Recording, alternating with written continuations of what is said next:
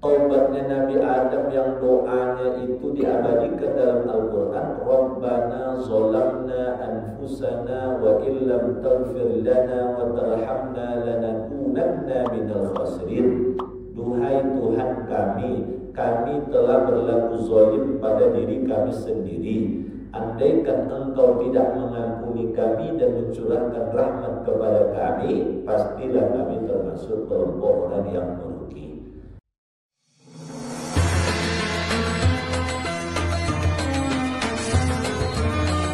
Assalamualaikum warahmatullahi wabarakatuh. Alhamdulillah wa syukurillah wassalatu wassalamu ala rasulillah allazi la nabiyya ba'da. Syukur alhamdulillahi rabbil alamin.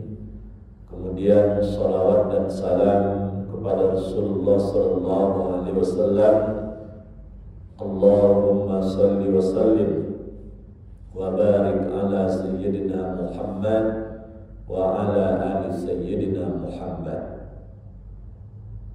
Bapak hadirin wal hadirat rahimakumullah, tanpa terasa oleh kita, hari ini kita telah berada pada hari ke-7 Zulhijjah 1446 Hijriah. Sesuai dengan kondisi sekarang ini, maka sedikit kajian disampaikan kepada kita membahas tentang hari-hari penting dalam bulan Zulhijjah. Bapak Ibu sekalian, Zulhijjah ini dia adalah salah satu bulan haram, bulan yang mulia. Inna iddata syuhur indallah 12 syahran fi kitabillah yawma khalaqas samawati wal ard minha arba'atun hurum zalika ad-dinul qayyim fala tazlimu fihinna anfusakum. Ini terdapat dalam surah Taubah 36. Sesungguhnya bilangan bulan dalam satu tahun itu ada 12 bulan. Demikian itu ditetapkan oleh Allah manakala Allah telah menciptakan langit dan bumi, manakala Allah telah menciptakan alam raya. Dari 12 bulan tersebut ada 4 bulan haram, ada 4 bulan mulia, yaitu Zulqaidah, Zulhijjah, Muharram, dan Rajab. Itu yang dirincikan oleh Rasul dalam hadisnya. Maka oleh sebab itu pesan Allah pada 4 bulan haram ini, dan satu di antara 4 bulan haram itu adalah Zulhijjah, fala tazlimu fihinna anfusakum. Janganlah kalian menzolimi diri kalian sendiri. Jadi jangankan menzolimi orang lain, menzolimi diri sendiri pun itu tidak dibolehkan. Zulhijjah ini juga disebut dengan bulan haji. Maka dalam ayat Allah berfirman, Al-Hajju ashhurun ma'lumat. Haji itu diwajibkan pada bulan-bulan yang telah ditentukan. Mana bulan haji tersebut? Mulai dari Syawal, Zulqaidah sampai Zulhijjah. Puncaknya tentu adalah Zulhijjah. Karena kata Rasul dalam hadisnya, Al-Hajju Arafah. Haji itu adalah wukuf di Arafah, dan wukuf di Arafah itu adalah tanggal 9 Zulhijjah. Maka insyaallah besok seluruh jamaah haji akan meninggalkan Mekah menuju ke Arafah. 9 Zulhijjah wukuf di Arafah, malam 10 mabit di Musdalifah, 10 Zulhijjah melontar Jumratul Aqabah, malam 11, malam 12, malam 13 bagi nafasani mabit atau bermalam di Mina. Sekaligus 11, 12, dan 13 Zulhijjah itu adalah melontar Jumratul Ula, Wusta, dan Aqabah. Lalu kemudian menyelesaikan ibadah haji dengan tawaf dan sa'i, sehingga sempurnalah pelaksanaan ibadah haji. Nanti paling akhir sebelum meninggalkan Mekah, mereka melakukan tawaf. Maka sekaligus saya mengajak pada kita semua, mari kita doakan seluruh jamaah haji kita. Karena mulai besok itu pelaksanaan puncak haji itu cukup berat. Tidur kurang, berada di Arafah, Musdalifah, Mina, berpindah-pindah tempat ini. Tentu kalau mereka tak pandai mengatur istirahat, tak pandai mengolah emosi, tentu ini menjadi beban berat. Kadang-kadang beban fisik jauh lebih ringan dibandingkan dengan beban non fisik. Beban pikiran, beban hati, perasaan dan sebagainya itu jauh lebih berat. Bapak Ibu sekalian, maka bulan Zulhijjah ini adalah bulan yang istimewa. Sampai diingatkan oleh Allah, wal fajr wa layalin ashar, demi waktu fajar dan demi malam yang 10. Mana malam yang 10 tersebut? Abdullah bin Abbas sahabat Rasul menyebutkan bahwa maksud ayat itu adalah 10 malam awal Zulhijjah.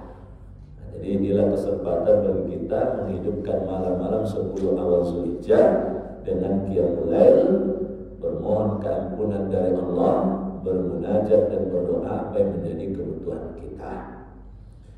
Ada hal-hal penting yang terjadi pada bulan Zulhijjah. Beberapa referensi menyebutkan tentang hal itu. Misalnya 1 Zulhijjah adalah hari ketika Allah menerima taubatnya Nabi Adam.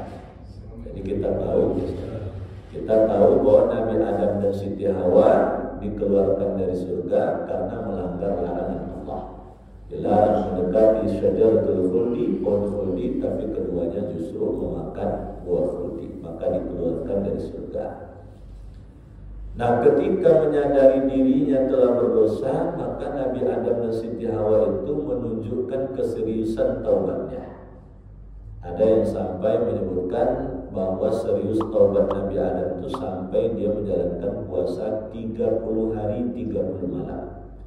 Kalau kita 30 hari Ramadan kemarin, ini tidak 30 hari 30 malam. Nah, kalau untuk kita jangan pula dicoba itu lagi. 2 hari 2 malam udah pakai infus kita nanti. Ya karena kondisi postur tubuhnya cocok juga.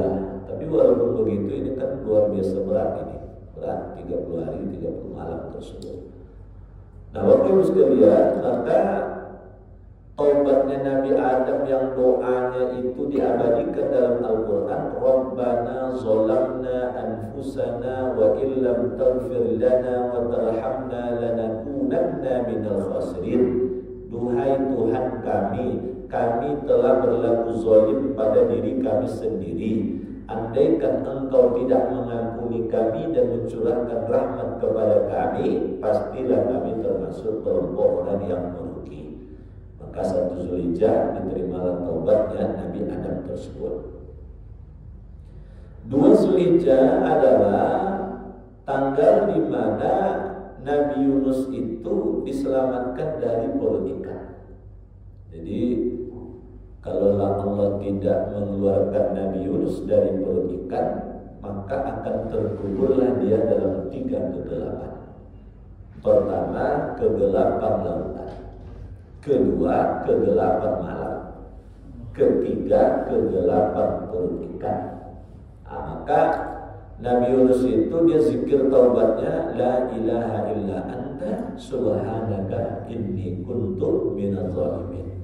Maka dimuntahkan dari perut ikan, terdampar di satu pulau, dipulihkan kesehatannya, dan dia kembali lagi ke kaum yang diperintahkan oleh Allah untuk berdakwah ke sana. Jadi awal mulanya kan Allah merintahkan dakwah pada Nabi Yunus itu kepada kaum tersebut. Harinya ada yang menyebut selama 40 hari. Tapi belum sampai 40 hari Nabi Yunus sudah menyimpulkan, ini kalau lanjutkan dakwah tidak ada guna, tidak ada hasil nampak olehnya. Nah, maka dia tinggalkan. Justru ketika ditinggalkan itu baru orang tersentak sadar. Nah, sehingga mulai insaf. Nah, ketika mulai insaf, Nabi Yunus ya sudah tidak ada. Nah, maka disinilah Allah setting perjalanan untuk menyadarkan Nabi Yunus tersebut. Setelah pulih kesehatannya, dia kembali kepada kaum tadi untuk melanjutkan dakwahnya. Maka 2 Zulhijjah Nabi Yunus itu dimuntahkan dari perut ikan. 3 Zulhijjah adalah hari lahirnya Nabi Isa. Hari lahirnya Nabi Isa alaihissalam. Nah, kita tahu Nabi Isa tersebut dia terlahir tanpa ayah. Dia hanya punya ibu. Nah, cuma cerita ini hanya sekali ini untuk Nabi Isa dan ibunya Siti Maryam. Dia banyak pada zaman sekarang ini ngaku jelmaan Siti Maryam. Ayah tak ada dia ambil. Ini mungkin jelmaan Siti Maryam ini katanya. Nah, itu berarti ada perbuatan terjadi sebelumnya. Tapi kalau Siti Maryam, memang dari awal Siti Maryam ini disetting oleh ibunya untuk diwakafkan kepada agama. Maka Siti Maryam itu dari kecil itu memang dekat dengan Nabi Zakaria. Nah, Nabi Zakaria ini kan ibaratnya keluarganya. Nah, jadi dia sibuk ngurus agama.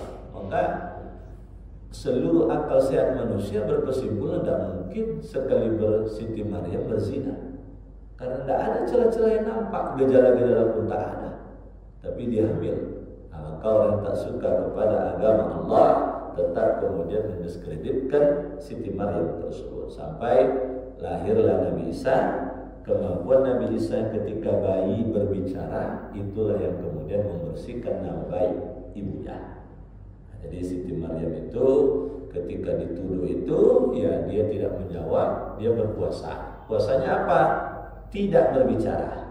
Nah, ini sekaligus mengajarkan pada kita, kalaulah kita difitnah dan fitnah itu memang tidak ada terjadi dan tidak kita lakukan, bagian di antara penyelesaian setelah diklarifikasi, Nabi Siti Maryam mengklarifikasi, ternyata tidak ada perubahan. Akhirnya 3 hari Siti Maryam tersebut tidak berbicara, puasa dia.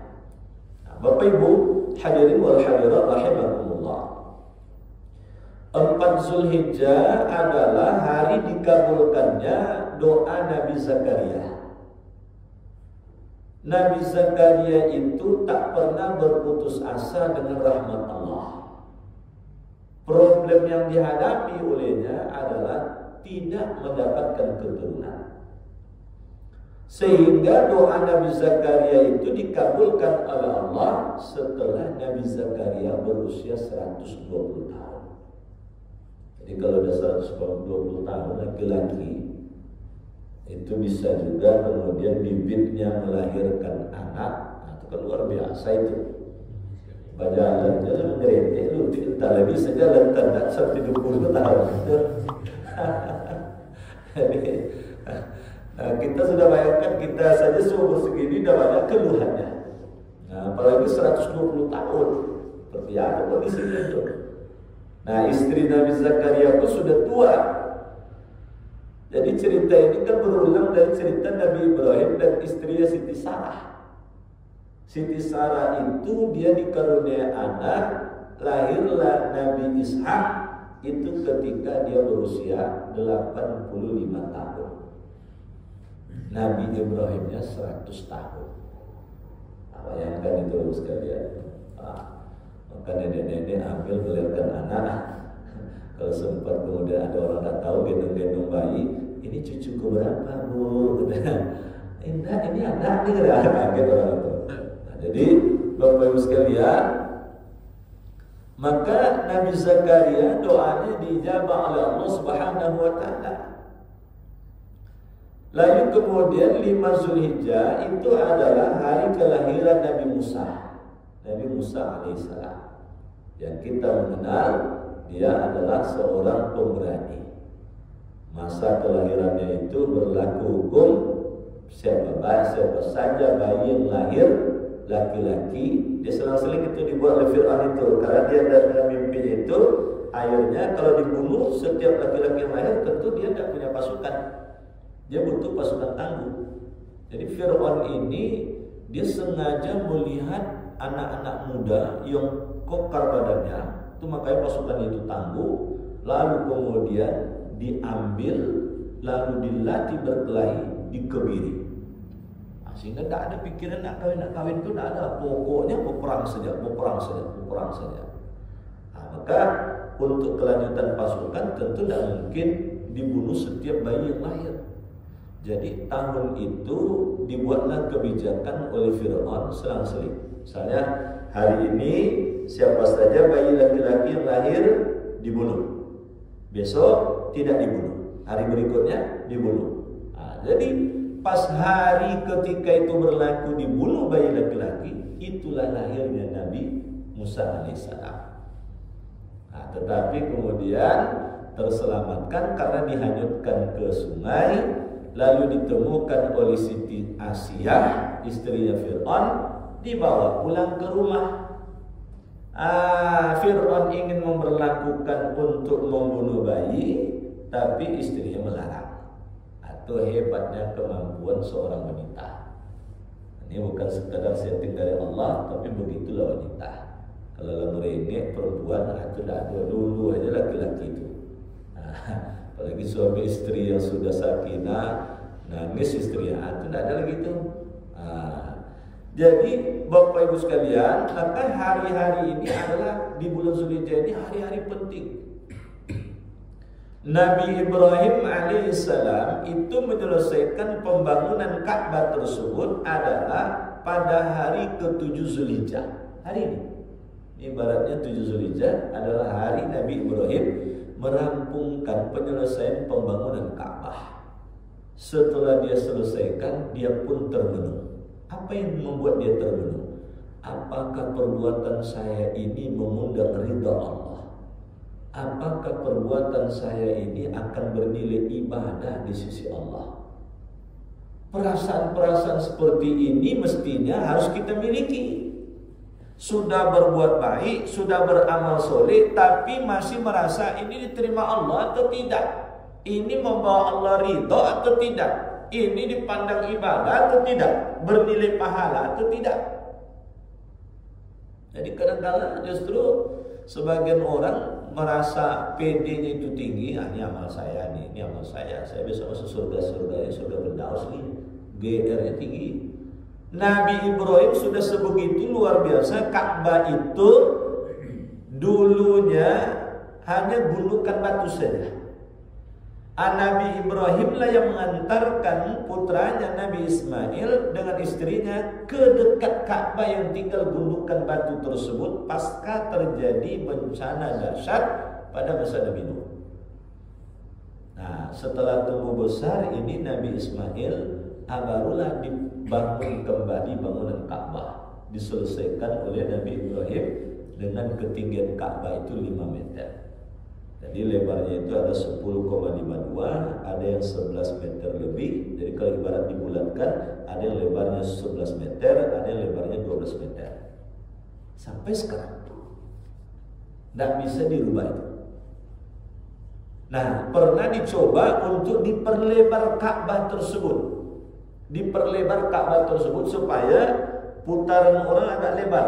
Nah, supaya nanti lebih banyak lagi, lebih maksimal lagi orang bisa bertawaf. Dibongkar-bongkar pondasinya, tak bisa dibongkar. Jadi mungkin ibaratnya sudah menyatu dengan urat bumi ini, dengan alat berat pun dibongkar tak bisa. Itu makanya pemerintah Arab hanya bisa meninggikan. Sekarang tingginya 15 meter. Kalau dulu masa Nabi Ibrahim hanya 5 meter. 5 meter itu atau barang-barang berharga di dalam sering dicuri. Nah, dulu sebelum kedatangan Nabi Muhammad. Kalau sekalian setelah Islam kan pencurian tidak ada lagi, karena hukuman bagi pencuri itu kan berat dalam Islam. Nah, jadi Bapak Ibu sekalian, maka Nabi Ibrahim itu menyelesaikan bangunan ini. Tidak ada bangunan ibadah di dunia yang ketika itu melambangkan ketauhidan yang bersih dari nilai-nilai kemusyrikan kecuali Ka'bah. Nilai bangun, tapi rasa apa ini dipandang ibadah oleh Allah atau tidak, berpahala atau tidak. Dalam proses itulah siang 7 Zulhijjah berfikir, merenung seperti itu. Malamnya, berarti malam 8 Zulhijjah, maka bermimpilah Nabi Ibrahim. Bermimpi bahwa dia diperintahkan oleh Allah menyembelih Nabi Ismail. Sedang lincah-lincahnya, sedang patuh-patuhnya, sedang luar biasa pengabdian Nabi Ismail kepada Nabi Ibrahim. Membangun Ka'bah, Nabi Ismail itu ikut. Batunya itu diangkat Bapak-Bapak sekalian. Sebagian batu itu ada yang dibawa oleh Nabi Ibrahim langsung dari Mesir. lalu kemudian sebagian lagi diambil dari gunung atau bukit yang ada di sekitar Ka'bah. Itulah batu yang dibangun untuk membangun bangunan Ka'bah. Begitu berhati-hatinya Nabi Ibrahim tidak melibatkan orang banyak. Betul-betul dia melibatkan. Itu maka tradisi turun-temurun setelah itu dalam urusan perbaikan Ka'bah itu tidak bisa semua orang ikut membangun. Ibarat kita membangun masjid, Pak Bu, siapa saja nak ikut bertukang di situ bertukanglah, yang sholat atau tidak sholat bertukanglah. Nabi Ibrahim tidak. Nah, jadi dipastikan bahwa setelah Nabi Ibrahim pun juga begitu sampai kepada kakek Rasul Abdul Muttalib, bahwa yang ikut merenovasi Ka'bah ketika Ka'bah itu rusak dipastikan dia bukan tukang maksiat, bukan tukang maksiat. Begitulah orang menjaga dari nilai-nilai kesucian Ka'bah tersebut. Nah, maka malam 8 Zulhijjah itu Nabi Ibrahim pun bermimpi. Mimpi perintah dari Allah membeli anaknya Nabi Ismail. Begitu bangun dari tidur, hari itu pun 8 Zulhijjah itu merenunglah berfikir Nabi Ibrahim. Itu makanya 8 Zulhijjah itu disebut dengan hari Tarwiyah. Apa makna hari Tarwiyah itu? Hari merenungkan atau memikirkan. Ini benar firman dari Allah atau tidak? Ini benar firman Allah yang harus aku lakukan atau tidak dilakukan? Maka Nabi Ibrahim flashback lagi ke belakang. Kira-kira apa yang latar belakangi wahyu Allah perintahnya dibeli anaknya. Teringatlah Nabi Ibrahim bahwa dulu dia pernah menyembelih kurban 100 ekor unta, 300 ekor sapi, 1000 domba. Sehingga mengundang rasa takjub dari para malaikat. Bahkan mengundang rasa takjub dari manusia yang ada ketika itu. Artinya dalam perjalanan sejarah tidak ada orang berkorban selain itu. Saya rasanya belum pernah di Indonesia terdengar oleh saya ada satu orang berkorban 100 ekor unta, 300 ekor sapi, 1000 domba. Entah kalau Bapak ada mendengar. Belum. Kalaupun ada yang banyak korban itu biasanya pakai duit negara juga ya. Kalau anggota dewan pakai duit reses gitu. Kalau pejabat pakai duit APBN atau APBD gitu. Nah, Bapak Ibu hadirin wal hadirat rahimakumullah. Ada pakai CSR, ada pakai uang perusahaan gitu.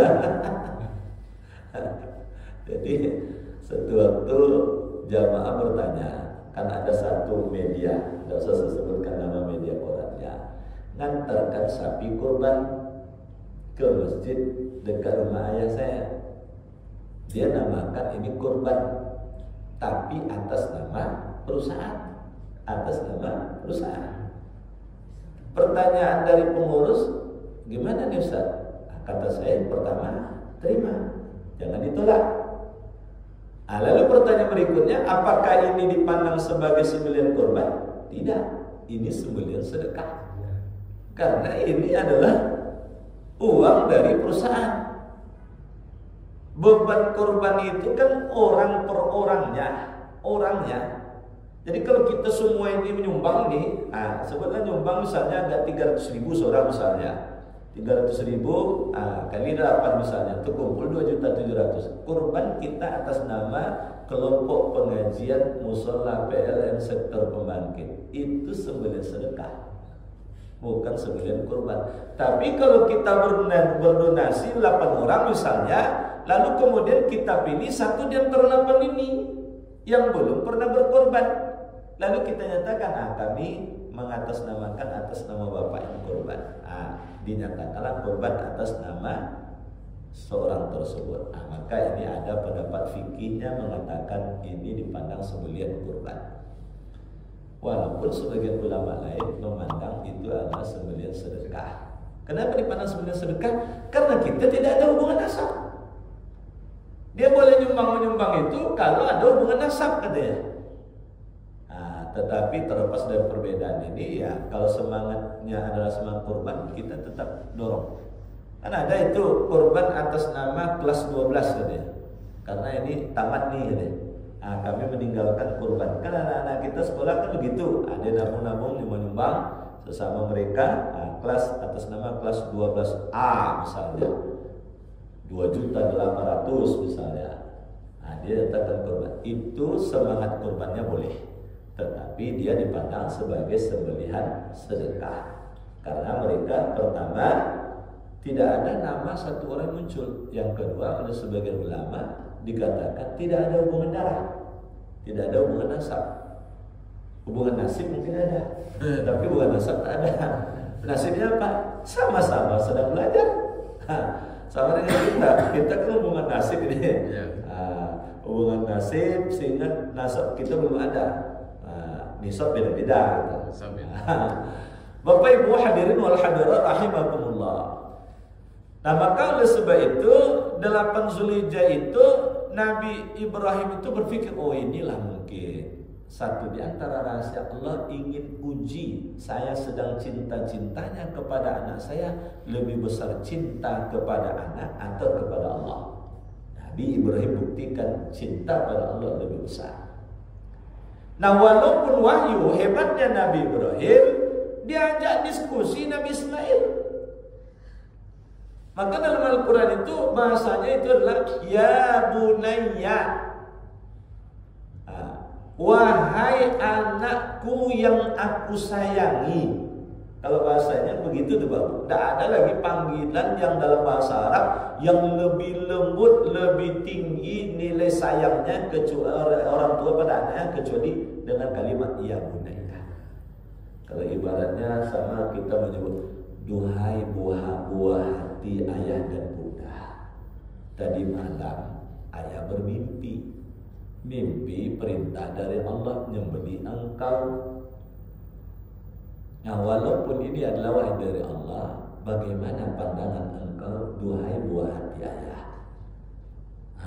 Kalau ada gitu tentu luluh hati anak tadi. Jadi kalau sini nak. Pakai kiri pula, sini duduk sini. Rapi-rapi duduk. Ya, ayah mau pesan ini kan. Tadi malam ayah bermimpi Allah perintahnya beli kau. Siap ya? Siap ya? Apa sana tadi? Ya, ayah lah 100 tahun umurnya. Awak ni mau boleh baru ya. Soalnya 13 ada yang mengatakan 13. Nah, saya 13 baru ayah. Kalau 13 berarti umur Nabi Ibrahim sekitar 97. Nah, ayah 97. Rasa-rasanya aura malaikat mautnya lebih dekat ayah daripada saya. Ayah adalah saya sembunyi gitu ya. Jadi umus sekalian, makanya karena seperti itu ya anak soleh, apalagi anak soleh ya, dia langsung jawab dengan tegas. Nabi Ismail menjawab, wahai ayah, laksanakan perintah Allah tersebut. Insya Allah, pakai kalimat insya Allah, satajiduni, engkau akan mendapati aku minas shadiqin, termasuk orang hamba Allah yang membenarkan dari wahyu Allah tersebut. Maka digoda tuh Bapak, digoda oleh iblis lewat Siti Hajar, dak mumpat. Digoda lewat Nabi Ismail, dak mumpat. Setelah Nabi Ibrahim kan umpan. Digoda dengan Nabi Ibrahim itu, disitulah 3 kali Nabi Ibrahim itu melempar iblis. Inilah nanti akan dijalankan oleh jamaah haji kita melontar jumroh itu, melempari setan atau memerangi iblis yang pernah dulu dilempar oleh Nabi Ibrahim. Cuman kadang-kadang orang yang melempar jumroh ini banyak juga ya emosi-emosi dia. Terbayang mungkin Nabi Adam sesat gara-gara iblis, akhirnya dilempar macam orang ngamuk melempar jumroh itu. Sehingga akhirnya iblis itu mungkin bingung juga, ini setan siapa sebenarnya, ini saya atau engkau ya? Saya memang setan kata iblis tadi, tapi engkau kesetanan katanya. Beda-beda tipis katanya. Jadi Bapak Ibu sekalian, nah kalau ibaratnya kita kan tidak ada lagi cerita yang beli anak. Maka 8 Zulhijjah itu adalah hari terakhir kita berpikir korban dah, korban dah. Apa begitu? Tapi kalau dari sejak bulan Syawal lagi berpikir saja, panitia korban sudah dibentuk, sudah berulang-ulang setiap minggu disampaikan list peserta korban, dia berpikir juga lagi. Gaji 13 sudah keluar pula. Kalau di kita ada gaji 13 Pak. Kalau di kami kan bulan Juni ini ada gaji 13 ini. Kalau di PLN ada ya? Ada bonus deh ya. Karena ini masuk sekolah, kalau di PNS pemerintahan kan ada gaji 13. Nah, saya kemarin dari malam iseng-iseng lihat udah masuk rupanya. Udah masuk rupanya. Cair. Jadi kalau sudah cair macam itu, kawan-kawan ini setuju aja, diam aja. Tapi kalau punya orang yang cair, heboh dia itu. SPD kawan cair, heboh dia itu. Perjalanan dinas kawan cair, ngopi balik, sarapan balik ya. Kalau dia yang cair, setuju aja dia. Tapi di PLN tak ada. Untuk kantor kami ya. PLN tak ada beda. Bapak Ibu hadirin wal hadirat rahimakumullah. Jadi pada kajian kita, malam 9 Zulhijjah, lalu kemudian Nabi Ibrahim bermimpi lagi dengan mimpi yang sama. Mimpinya sama.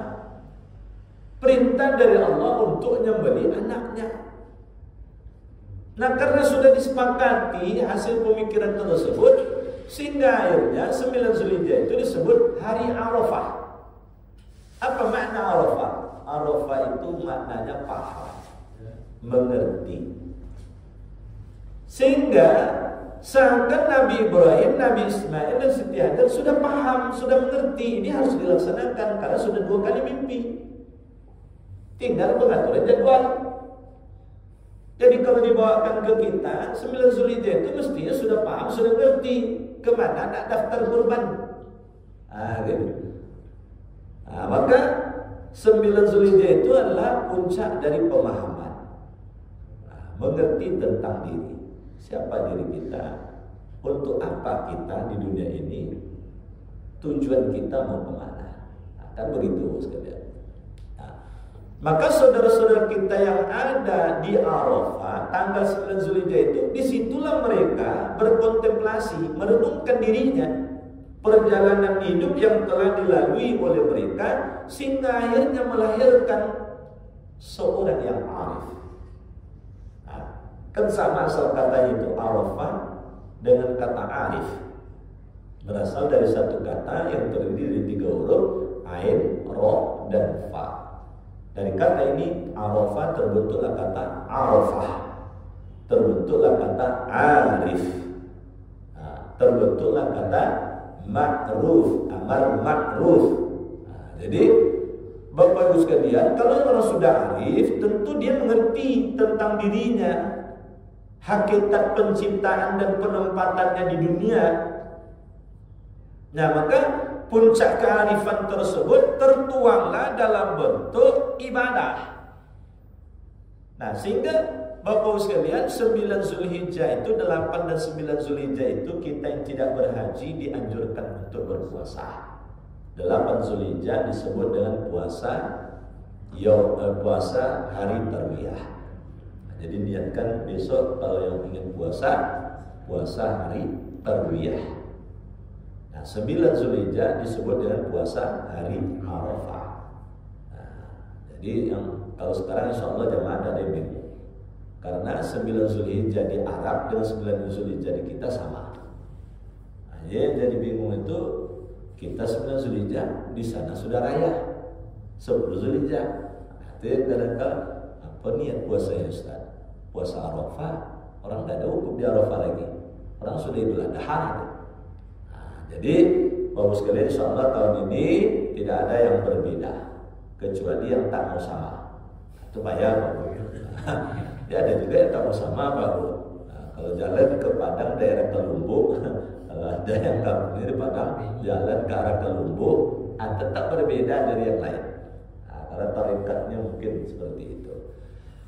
Nah, jadi Bapak Ibu sekalian, malam 10 Zulhijjah lagi-lagi Nabi Ibrahim ini bermimpi lagi. Nah, karena sudah 3 malam, ya berarti harus dilaksanakan. Maka 10 Zulhijjah disebutlah dengan Yaumun Nahar, hari nahar, hari menumpahkan darah dari sembelihan kurban. Nah, hari menumpahkan darah sembelihan dari Nabi Ismail. Maka dilaksanakan apa, Bu? Yang karena sudah teruji cinta Nabi Ibrahim kepada Allah lebih besar daripada cinta kepada semuanya yang ada di dunia, termasuk pada anaknya, maka digantilah oleh Allah dengan seekor kibas. Nah, kita tidak diperintahkan untuk nyembeli anak. Kita hanya nyembeli hewan. Hewan itu namanya bahimatul an'am, binatang ternak. Kalau namanya binatang ternak, berarti binatang itu diternakkan, baik dengan cara dikandangkan ataupun digembalakan. Itu makanya sebagian ulama mengatakan hewan-hewan yang mirip dengan kambing, tapi dia bukan hewan yang ternakkan, tidak boleh dijadikan sembelih kurban. Macam rusa. Jadi walaupun mahal, rusa itu misalnya dapat nanti di hutan misalnya, berniatlah saya istimewa sekali ini kurban dengan rusa katanya. Jadi tetap kambing atau domba. Kalau ada rusa itu jadi sembelihan untuk makan panitia kurban itulah. Kapan pula panitia kurban mewah lagi kan? Kadang-kadang panitia kurban di kerja berat, ngambil daging tak boleh. Lalu kemudian makannya daging juga, tapi daging tak bertulang. Apa daging tak bertulang itu?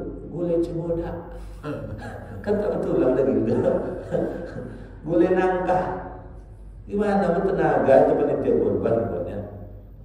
Nah, jadi Bapak Ibu sekalian, balik pada kajian kita, 10 Zulhijjah itu adalah hari pelaksanaan penyembelihan hewan kurban bagi kita.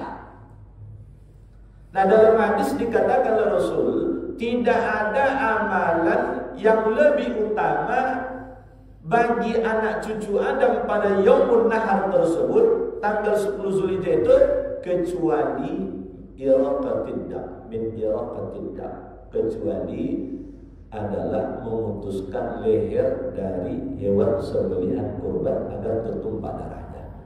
Itu sebabnya Pak, sepakat para ulama, hari yang paling afdal untuk menyembelih itu adalah 10 Zulhijjah.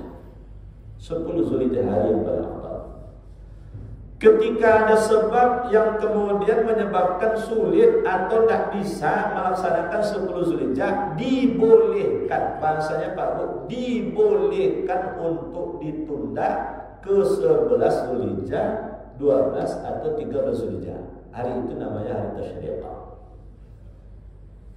Jadi maksudnya Pak Bu, sekarang ini kan banyak orang sengaja menunda. Karena 10 Zulhijjah kan hari Jumat. Alasannya hari Jumat itu pendek waktunya. Rasa-rasanya belum ada pula lagi Jumat itu berubah menjadi 22 jam sehari itu. Tetap juga 24 jam Pak. Barangkali strategi mungkin yang harus diperankan di situ. Maksudnya karena pendek itu disebabkan karena ada pelaksanaan sholat Jumat. Ya disampaikan pada khatib khutbah Jumat tersebut, jangan panjang-panjang, paling panjang 5 menit. Nah, kalau perlu, kalau sama-sama kurban semuanya, khatib itu khatib dari dalam aja. 5 menit. Saya khutbah Idul Adha saya pernah 7 menit, cuma tahu 7 menit. Itulah sejarah khutbah saya paling pendek. Kenapa 7 menit? Hari hujan. Hari udah mulai hujan. Jamaah, mana yang bawa sajadah, dah mulai tutup kepalanya dengan sajadah. Mana yang tak tahan, dah mulai dia bubar. Kata mungkin panjang-panjang pula. Nanti tinggal khatib sendiri pula nanti.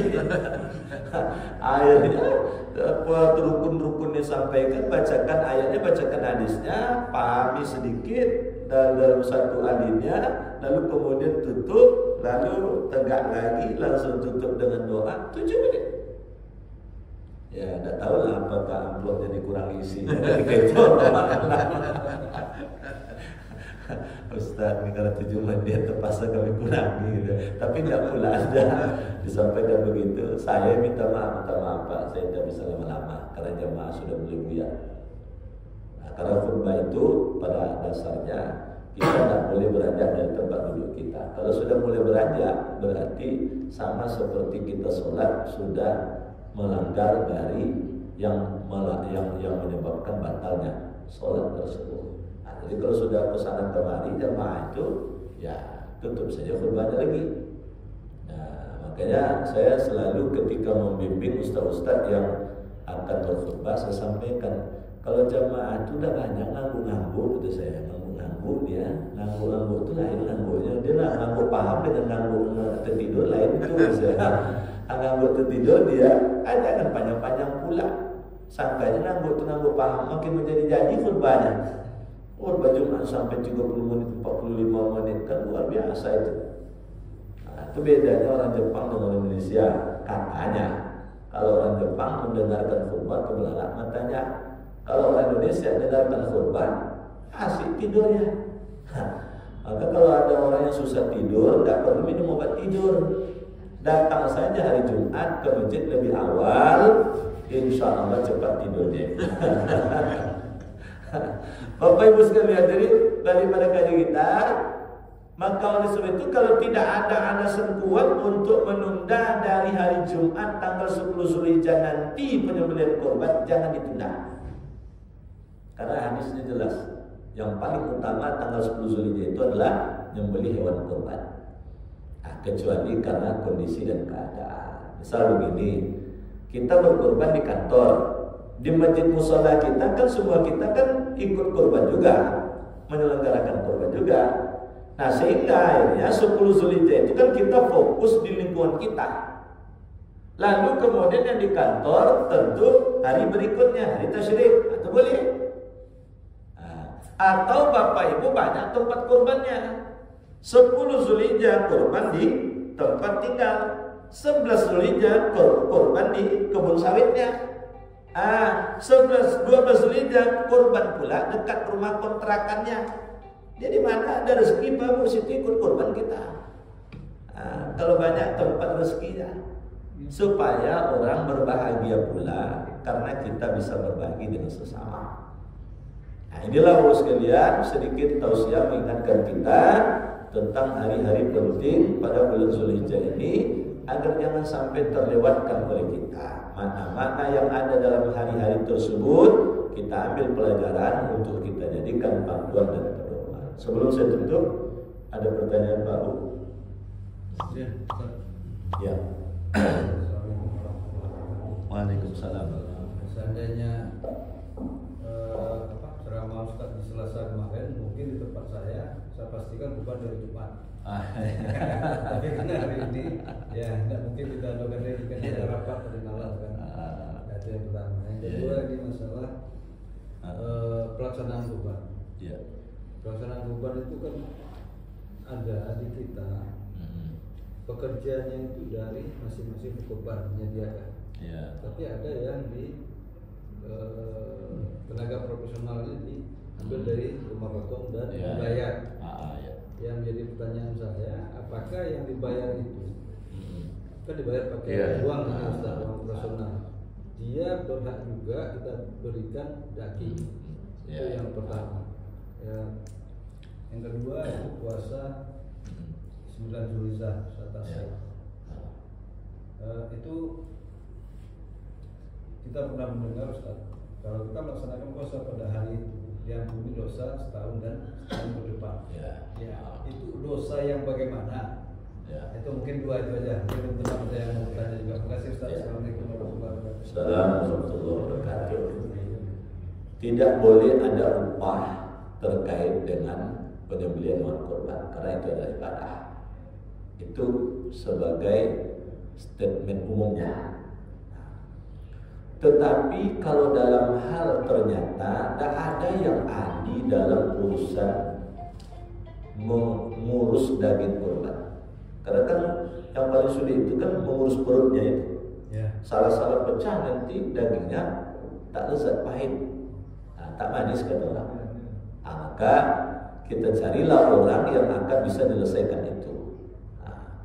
Karena dia adalah tenaga profesional, kita beri upah. Peserta kurban tadi mengalokasikan pembiayaan untuk upahnya. Sebutlah misalnya satu hewan itu 250. Tuh kalau dulu ya, kalau sekarang nggak tahu saya. Jadi dia yang membeli, ngulitin, lalu dipotongnya bagian-bagian yang sulit untuk apa? Diurusnya perutnya. Satu hewan itu 250. 300 gram ya. Nah, 300. Nah, kalau sudah seperti itu, maka bagi orang yang nerima upah tadi tidak boleh ngambil daging sepotong pun, karena dia sudah diupah. Nah, maka dia tidak ada hak dari daging kurban tersebut. Sama juga misalnya setiap penyembelih, ada penyembelih itu semangat dia nyembelih. Kenapa begitu? Setiap dia menyembelih seekor sapi, kepala untuknya. Nah, bayang tuh Pak. Tigo yang dibantainya tigo lo kepala ya Pak Bo. Aku nak kan borek kepala sudah aku bantu dibuat ya. Tigo dia hanya di kepala itu Pak makan sup kepala aja kerja ya Pak. Nah, jadi hal-hal seperti itu mestinya kalau dari warga tukang sembelihnya, kesadaran individualnya itu yang mesti kemudian dia menolak hal seperti itu. Nah, kecuali kalau dikasih sebagai rasa terima kasih dari berkorban. Satu kepala tadi, dia pandai ngurus dan dia suka, bawa pulang, tak masalah. Tapi kalau setiap hewan, setiap ekor pula, setiap satu ekor yang disembelih, kepala untuknya, habis diinyo kepala untuknya. Jadi pada prinsipnya tidak boleh ada upah. Andaikan pun ada upah karena dia tenaga profesional, dia meninggalkan pekerjaannya mungkin, dia bekerja dalam usaha seperti itu, maka dia tidak boleh ngambil daging. Jadi kalau dia minta daging nanti tolong sampaikan saja, Bapak kan sudah dikasih upah, bukan kami tak mau, tetapi ajaran agama kita mengajarkan begitu. Kalau sudah dapat upah, maka dia tidak punya hak dalam daging yang disembelihnya tersebut. Nah, itu. Yang kedua, puasa Arafah. Ya. Benar hadis itu Pak Bu, bahwa puasa Arafah itu menghapuskan dosa 1 tahun yang lalu dan 1 tahun yang akan datang. Nah, tetapi ini bukan berarti bonus, ini berarti setahun ke depan sudah selesai dosa saya ini. Lalu kemudian bersantai-santai melakukan dosa misalnya. Nah, tidak. Lalu dosa yang mana Pak Bu? Dosa ini bukanlah dosa yang direncanakan atau disengaja. Nah, dosa yang telah terjadi tahun lalu, mudah-mudahan semuanya itu diampuni oleh Allah. Karena umum sifatnya tanpa membedakan jenis dosanya. Nah, sementara dosa yang akan datang itu dia. Artinya kalau dosa yang akan datang itu dosa yang mungkin tanpa sengaja terlakukan. Tapi kalau dosa yang direncanakan dosa itu misalnya, kalian kan bonus setahun gua katanya, angka dari uang kantor misalnya, ini kan dosa sudah diampuni ini katanya, dihajarnya duit kantor misalnya, jadi kebutuhan pribadi itu tidak diampuni. Nah, maka Bapak sekalian, istimewanya puasa Arafah itu dosa yang telah lalu, insya Allah diampuni oleh Allah Subhanahu Wa Taala. Inilah yang membuat Nabi Musa itu sesungguhnya iri dengan Nabi Muhammad. Sampai dia mengatakan, kalaulah boleh aku jadi umatmu ya Muhammad, aku minta jadi umatmu. Karena yang macam ini tidak ada pada umat terdahulu. Kalau 1 tahun yang lalu, yang akan datang Bapak sekalian, begitu istimewanya. Nah, maka oleh itu Bapak sekalian, mari kita jalankan puasa nanti tanggal 9 Zulhijjah tersebut. Ini kan 3 hari ke depan, 2 hari ke depan, 8, 9. Kita fokus 2 puasa ini. Kalau sekiranya karena besok ada kerja berat, 9 Zulhijjah itu difokuskan untuk bisa berpuasa. Kalau tidak juga bisa puasa atau memang tidak ada hadis sudah bangun. Kalaupun ada hadisnya bukan puasa namanya, imsak, menahan untuk tidak makan, tidak minum, mulai dari terbit fajar sampai pelaksanaan sholat Idul Adha. Tapi bukan puasa namanya, karena puasa itu kan sampai tenggelam matahari. Berarti kan sekitar 3 jam. Paling lama kan ya 3 jam lah, dari setengah 5, 4 jam lah paling lama. Setengah 5 kita imsak misalnya, setengah 6, setengah 7, setengah 8. Taruhlah paling lama setengah 9. Biasanya setengah 8 atau 8 sudah selesai, 3,5 jam. tidak juga sanggup menahan tidak makan, tidak minum 3,5 jam itu, konsultasilah ke dokter. Mungkin sakit apa yang kita derita. 3,5 jam pun tidak sanggup, itulah memang terlalu. Tapi insya Allah bisa itu. Ada yang lain Pak? Silakan. Ya. Ya. Ya, mungkin satu lagi masalah ini mohon maaf ini. Kita juga pernah ya, seperti yang Musa sampaikan tadi, berkorban itu pakai CSR-nya dosa. Ya sekarang kamu tahu. Jadi teman-teman yang di Bapindro, kalau ada lagi besok masalah CSR itu tolong disampaikan kepada manajemen. Itu aja yang harus diingat. Nah masalah kurban bukan masalah sedekah dan lain-lain, ini masalah syar'i. Itu kita dengar dan kita pernah melaksanakan. Mungkin senior-senior ini pernah mengalami. Kita pernah berkorban dengan CSR. Saya ingat tahunnya. Jadi mungkin inilah pemahaman kita ke atasnya supaya top manajemen itu tahu bukan sekedar aja masalah kurban ini bukan masalah main-main. Mungkin itu Bapindro, teman-teman yang pengurus mungkin menjadi catatan. Terima kasih Ustaz. Ya, terima kasih. Jadi kalau kita ingin berkorban di tempat binaan kita, misalnya kita yang ikut berkorbannya. Lalu kalau ada CSR ganti dalam bentuk yang lain. Dalam rangka menyemarakkan korban kita berbagi sembako di situ. Misalnya kan CSR kita. Tapi kalau dinamakan korban, namanya sembelian sedekah. Walaupun suasananya adalah suasana korban. Gini. Kita tidak mengurus sapi-sapi yang sekian ton itu dari kita tidak mengurus itu, kita mengurus kita aja Ustaz ya. Iya. Cukup Pak Bu? Kalau cukup, kita cukupkan sampai sini. Kita tutup dengan mengakhirkan doa. Kita awali dengan istighfar 3 kali. Astagfirullahaladzim, astagfirullahaladzim, astagfirullahaladzim, la ilaha illallah.